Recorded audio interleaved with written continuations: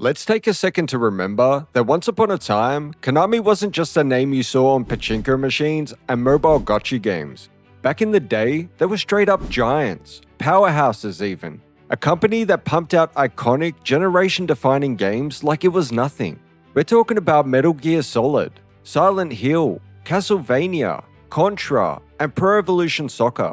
You didn't just see the Konami logo and think, oh cool. You trusted it. You got excited. That logo meant you were in for something wild, ambitious, or weird. Sometimes even all three at the same time. But somewhere along the way, they kinda lost the plot. Like really bad. So what the hell actually happened to Konami?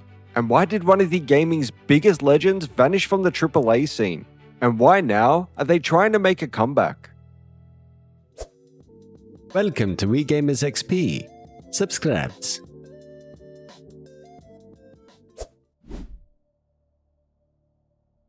So before we get into the fall, we gotta talk about the rise. In the 80s and 90s, Konami was everywhere. They were lighting up arcades and consoles with Contra, Radius, Dance Dance Revolution, and Castlevania.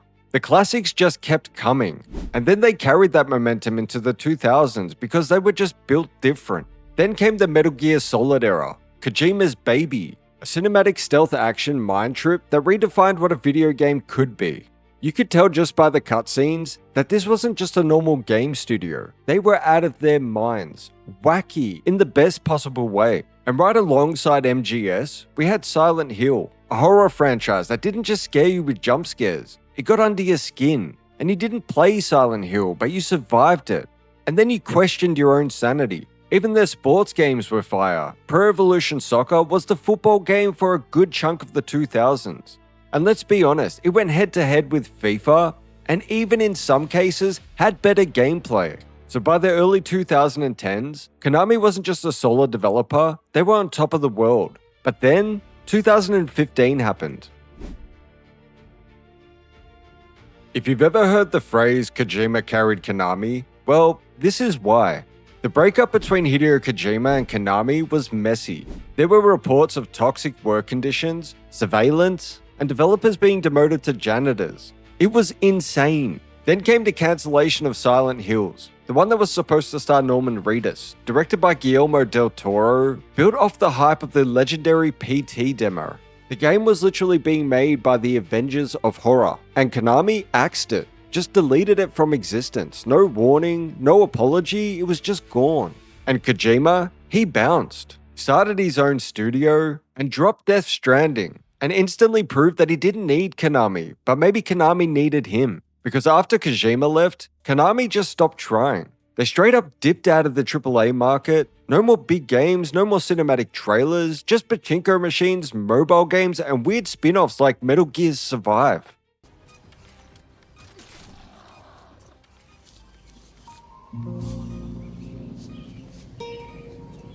What the fuck is this piece of shit? This game was so off-brand that it felt like a parody. Like seriously, who the fuck greenlit this shit? It was like they looked at their own legacy and said, yeah, I think we're done here. Konami didn't just exit console gaming. They pivoted hard. Suddenly they were making health clubs, focusing on slot machines, and releasing phone games with microtransactions so aggressive, it felt like daylight robbery. It's not that they disappeared. They were just everywhere except where fans actually wanted them to be. Instead of a new Castlevania, we got Castlevania Grimoire of Souls, a mobile game that literally shut down after 1 year. Great stuff, Konami.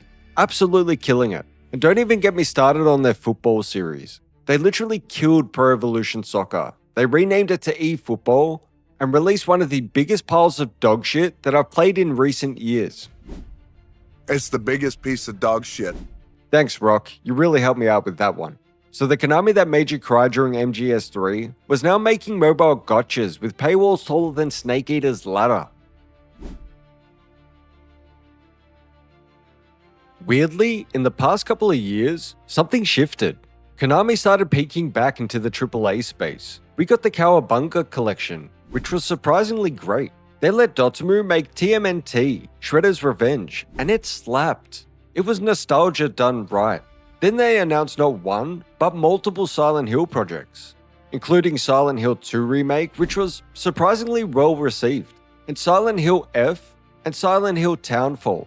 They even dusted off Metal Gear Solid 3 for a full remake, and that looks incredible.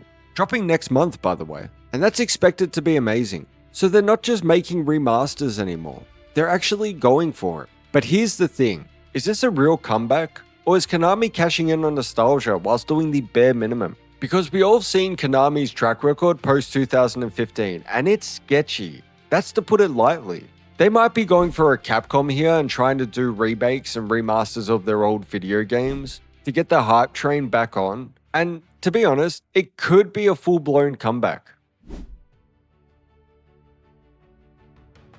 But here's the big question. Even if Konami does return to AAA development, do they even remember how to make great games? They spent almost a decade out of the game. The industry evolved, studios got bigger, expectations got higher, and just as players, we got smarter. You can't just slap together a remake and call it a win. The trust just isn't there. Well, at least not yet.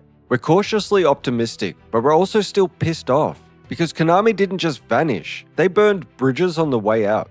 They insulted our loyalty. They killed fan-favorite projects and turned legacy franchises into slot machines. And all of a sudden, they want back in? Konami was once a legend, a true icon of the gaming industry. But the last decade, being mostly silence and bad decisions and corporate greed, it took them almost 10 years to realize that people still love Silent Hill, Metal Gear Solid, and Castlevania. Now they're teasing a comeback. And yeah, look, we'll be playing, we'll be watching, but we're not going to forget. You don't get to ghost us for 10 years, then show up with a remake and expect us to applaud. This comeback, it better be the real deal, or Konami's just another name on the long list of fallen giants. Just wanted to say thank you so much for watching, guys. I'm Dario from WeGamersXP. I hope you liked this video. Maybe leave a comment on what your favorite Konami video game is, and I'll see you guys in the next video.